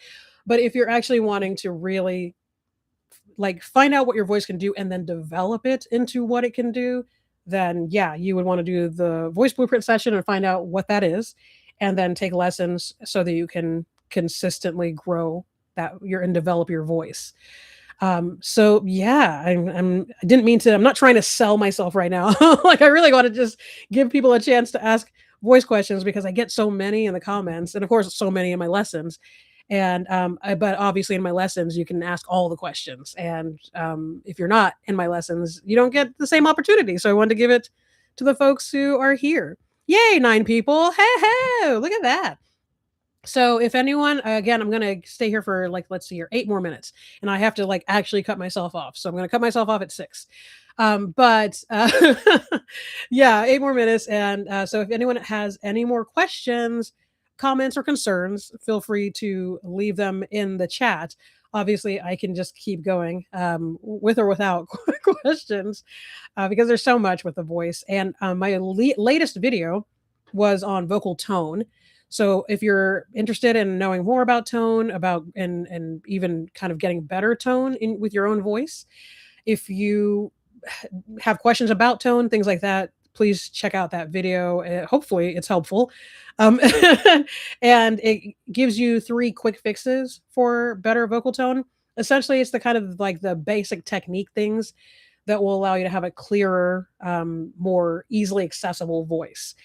Oftentimes I find that when people have issues with their tone, so often it's just technique. It's just whatever the issue is with your vocal tone is an issue of some sort of tension or something like that, where it's just, oh, just release your tongue, relax your jaw, place the sound in your mask, take a deeper breath, all these things that are just like the basics of vocal technique. That said, once you know that, then you have to then practice that. Then we have to get the muscle memory of taking a deeper breath, muscle memory of relaxing your tongue, muscle memory of relaxing your jaw. For instance, when I first started singing, see, here I go. When I first started singing with a voice teacher, like I didn't start working with a voice teacher till I was already in college. I did all these competitions in high school and, won all these competitions. So I was like, yeah, somebody told me it was okay to become become a singer for a living because I never thought that was a real occupation. I thought like I'm going to be a doctor who sings. But when I was in high school and started winning all these competitions and stuff, somebody was like, hey, you should pursue this. And then I went into opera. And my freshman year of college, I was an opera major. Then I moved over to musical theater. It wasn't until I was a musical theater major my sophomore year and had a very particular teacher who was the first one to ever tell me I had tongue tension. So I I had a huge opera scholarship. I had the biggest music scholarship that school offered to go do opera at that school. And I still didn't know after a year of being there that I had tongue tension issues. It wasn't until my sophomore year, being a musical theater major, that I had a teacher who was like, hey, your tongue. and when I first started learning about it, I had a tough time. I didn't realize how overactive my tongue was when I sang. So learning how to relax my tongue was like a semester in and of itself. Like it took a while. But that's why I speak about the fact that it takes practice. It takes practice. It doesn't take a semester worth of practice. It just takes, like very intentional practice. I can't tell you how fast or slow your body will get it, but it will happen more quickly if you practice. It will happen more in a more muscle memory, like just like your body will just do it naturally the more you practice. And then also you become more aware of it. Like there came a point where I could feel it, where in the beginning I absolutely could not feel when my tongue was doing nonsense. It all felt natural, and it all was a part of the voice I knew that I had. Like my voice was the voice I had with all that tongue tension. When the tension was gone, I had access to other sounds in my voice I had never had before, but I also didn't know that voice very well. So I still was with the opera mindset thinking, I don't know if I like this voice. I don't know that I like this in my natural voice because it was unfamiliar to me. And it took time for me it took me happening to hear a recording of me singing something where I was like, oh my gosh, that's me. And this is why I always make my students record their lessons. I record it on Zoom, but I also want you to record your practice sessions too, because it helps to hear yourself back. We don't hear ourselves well because we are hearing the sound resonating in the room around us and the sound resonating in your skull.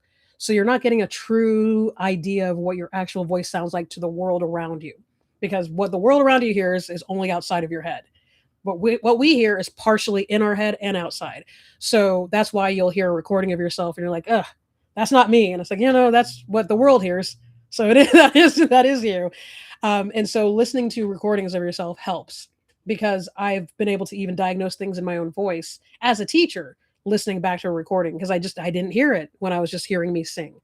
I go back and listen to a recording and it's like, oh, I thought I was nasal. I am nowhere near nasal. I remember that was the first thing I ever noticed, that I was like, whoa, I am hearing something entirely different in my head than I'm hearing it when I actually listen to a recording.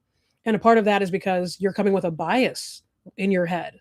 Like what I hear that makes me feel like I sound nasal is because I have a bias about my voice. I know my voice. And so anything that sounds even slightly brighter to me will be like, that's super nasal. Then you go and listen to a recording and you're like, oh, that's not nasal at all.